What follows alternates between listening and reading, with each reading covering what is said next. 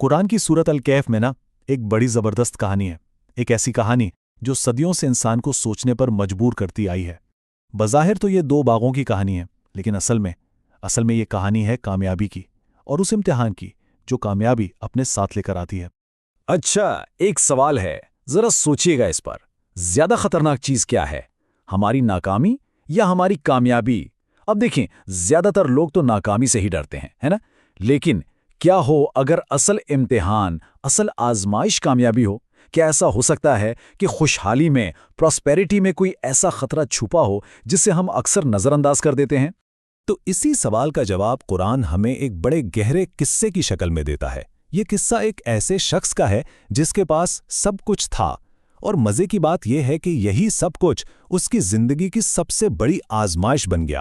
اس کہانی میں دو مرکزی کردار ہیں، اور دونوں ایک دوسرے کی بالکل ضد ہیں۔ ایک طرف ہے باغ کا مالک جسے اپنی دولت پر بڑا غرور ہے، تکبر ہے، اور دوسری طرف ہے اس کا ایک ساتھی، ایک دوست جس کے پاس کچھ خاص نہیں ہے لیکن وہ اللہ کا شکر گزار ہے۔ ایک شخص کامیابی کو اپنا حق سمجھتا ہے تو دوسرا اسے اللہ کی امانت مانتا ہے۔ ایک کو لگتا ہے کہ یہ دنیاوی شان و شوکت ہمیشہ رہے گی، جبکہ دوسرا اس حقیقت کو سمجھتا ہے کہ یہاں سب کچھ عارضی ہے، فانی ہے۔ تو قصہ کچھ یوں شروع ہوتا ہے کہ ایک شخص تھا جسے اللہ نے دو شاندار بہترین باغوں سے نوازا تھا، اور یہ باغ تھے انگوروں کے بیلوں سے لدے ہوئے، اور ان باغوں کے چاروں طرف ایک حفاظتی دیوار کی طرح سرسبز کھجور کے درخت لگے ہوئے تھے۔ یوں سمجھیں ایک قدرتی فصیل تھی جو انہیں ہر طرح کے نقصان سے بچاتی تھی۔ ان باغوں کے بیچ میں اناج کے کھیت لہلہا رہے تھے، اور ان کے درمیان سے ایک نہر بھی گزر رہی تھی۔ مطلب سوچیں ذرا، ایک مکمل خود کفیل جنت کا ٹکڑا تھا زمین پر۔ اور یہ باغ اتنے پرفیکٹ تھے، اتنے مکمل، کہ قرآن پاک میں آتا ہے کہ انہوں نے اپنی پیداوار میں بالکل ذرا سی بھی کمی نہیں کی۔ پھل اور فصل کا ایک دانہ تک ضائع نہیں ہوتا تھا، یعنی ایبسلیوٹلی زیرو لاس۔ اور پھر اس بے حساب نعمت کے بیچ اس شخص کا اصل رنگ، اس کا تکبر سامنے آتا ہے۔ وہ اپنے اس غریب دوست سے کہتا ہے، میں تم سے مال میں بھی زیادہ ہوں اور میرے پاس لوگ بھی تم سے زیادہ ہیں، یعنی اپنی طاقت اور حیثیت کا غرور دکھا رہا ہے۔ لیکن بات یہیں ختم نہیں ہوتی، اس کا غرور اس سے بھی آگے جاتا ہے۔ وہ اپنے باغ میں بڑے فخر سے داخل ہوتا ہے اور کہتا ہے، مجھے نہیں لگتا کہ یہ سب کبھی ختم ہو سکتا ہے، اور نہ ہی مجھے یقین ہے کہ کوئی قیامت کا دن بھی آئے گا۔ سوچیں ذرا، وہ اپنی کامیابی کو ہمیشہ رہنے والی چیز سمجھ بیٹھا تھا۔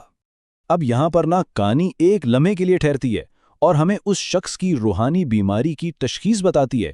اسے کہتے ہیں کفران نعمت، آسان لفظوں میں نعمتوں کی ناشکری۔ یہ وہ روحانی بیماری ہے جو انسان کو تب لگتی ہے جب وہ یہ بھول جائے کہ اس کی کامیابی کا اصل سورس، اصل ذریعہ کون ہے۔ اور دیکھیں، یہ ناشکری انسان کو کیسے آہستہ آہستہ کھا جاتی ہے۔ اس کے کچھ مراحل ہیں۔ پہلا قدم، انسان نعمت کو اللہ کا تحفہ نہیں بلکہ اپنی ذاتی ملکیت، اپنی پراپرٹی سمجھنے لگتا ہے۔ دوسرا قدم، ملکیت کا یہی احساس اسے مغرور اور متکبر بنا دیتا ہے۔ پھر تیسرا قدم آتا ہے، وہ دوسروں کو، خاص طور پر غریبوں کو، حقیر سمجھنے لگتا ہے۔ اور آخری، سب سے خطرناک مرحلہ، وہ اللہ کو ہی ایکویشن سے باہر کر دیتا ہے، یہ مان کر کہ سب کچھ اس کے اپنے کنٹرول میں ہے۔ اس سارے غرور اور تکبر کے جواب میں اس کا جو دوست تھا، وہ اسے جھنجھوڑنے کی کوشش کرتا ہے۔ وہ اسے حقیقت یاد دلاتا ہے، کہتا ہے، کیا تم اس ذات سے کفر کرتے ہو جس نے تمہیں مٹی سے پیدا کیا؟ یاد رکھو، جس رب نے تمہیں یہ باغ دیا ہے وہ تم سے یہ چھین کر مجھے تم سے بہتر بھی دے سکتا ہے، اور تمہارے اس باغ پر آسمان سے کوئی آفت بھی بھیج سکتا ہے۔ یہ ایک طرح کا ریالٹی چیک تھا جو اسے دیا گیا۔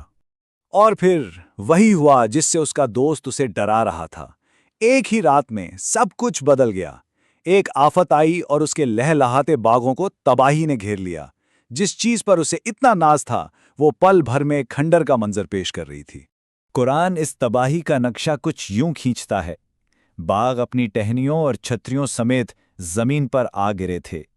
زمین بالکل بنجر، پھسلن والی مٹی کا ڈھیر بن گئی تھی، اور پانی زمین میں اتنا گہرا اتر گیا کہ اسے دوبارہ تلاش کرنا ناممکن تھا۔ یعنی ایوری تھنگ واز گون، سب کچھ ختم۔ اب وہ شخص اپنے ہاتھ مل رہا تھا، پچھتاوے کی آگ میں جل رہا تھا، اور اس لمحے جب سب کچھ لٹ چکا تھا، اسے اپنی اصل غلطی کا احساس ہوا۔ وہ کہتا ہے، اے کاش میں نے اپنے رب کے ساتھ کسی کو شریک نہ ٹھہرایا ہوتا۔ یہاں سمجھنے کی بات یہ ہے کہ اس کی غلطی صرف غرور نہیں تھی بلکہ شرک تھی، یعنی اپنی ذات کو، اپنی قابلیت کو اللہ کے مقابلے پر لے آنا۔ تو پھر اس روحانی بیماری کا علاج کیا ہے؟ حل کیا ہے؟ دلچسپ بات یہ ہے کہ حل اس کے دوست نے اسے پہلے ہی بتا دیا تھا۔ وہ ایک جملہ، وہ ایک سوچ جو ہر نعمت کی حفاظت کرتی ہے، ما شاء اللہ لا قوت الا باللہ ہے، یعنی جو اللہ نے چاہا وہی ہوا، کیونکہ اصل طاقت تو صرف اور صرف اللہ ہی کے پاس ہے۔ اچھا، تو اس پوری کہانی سے ہمیں کیا سبق ملتا ہے؟ آئیے اسے ایک بلیسنگ پروٹیکشن پلان کا نام دیتے ہیں، یعنی نعمتوں کے تحفظ کا منصوبہ، ایک ایسا مائنڈ سیٹ، ایک ایسی سوچ جو ہماری نعمتوں کی حفاظت کرتی ہے۔ تو اس منصوبے کے بنیادی اصول کیا ہیں؟ پہلا اصول یہ یاد رکھنا کہ دولت ایک آزمائش ہے، کوئی گارنٹی نہیں۔ دوسرا، خود انحصاری یعنی سیلف ریلائنس پر مبنی غرور آخرکار انسان کو لے ڈوبتا ہے۔ تیسرا اور سب سے اہم، حقیقی کامیابی شکر گزاری اور عاجزی میں چھپی ہے۔ جب انسان اپنی کامیابی کا سہرا اس کے حقیقی مالک یعنی اللہ کو دیتا ہے تو وہ کامیابی محفوظ ہو جاتی ہے، کیونکہ یہ بات ہمیشہ یاد رکھنی چاہیے کہ دنیاوی حیثیت تو آنی جانی چیز ہے، اصل چیز روحانی آگاہی ہے جو ہمیشہ ساتھ رہتی ہے۔ اور آخر میں یہ کہانی ہر سننے والے کے لیے ایک گہرا سوال چھوڑ جاتی ہے۔ ہماری زندگی میں وہ باغ کیا ہے؟ وہ کون سی نعمت ہے؟ وہ کون سی کامیابی ہے جسے ہم اپنی ذاتی ملکیت سمجھ بیٹھے ہیں؟ یہ ہمارا کیریئر ہو سکتا ہے، ہمارے رشتے ہو سکتے ہیں، ہماری کوئی صلاحیت ہو سکتی ہے۔ اصل سوال تو یہ ہے کہ ہم سب اپنے ان باغوں کی دیکھ بھال کیسے کر رہے ہیں؟ غرور سے یا شکر گزاری سے؟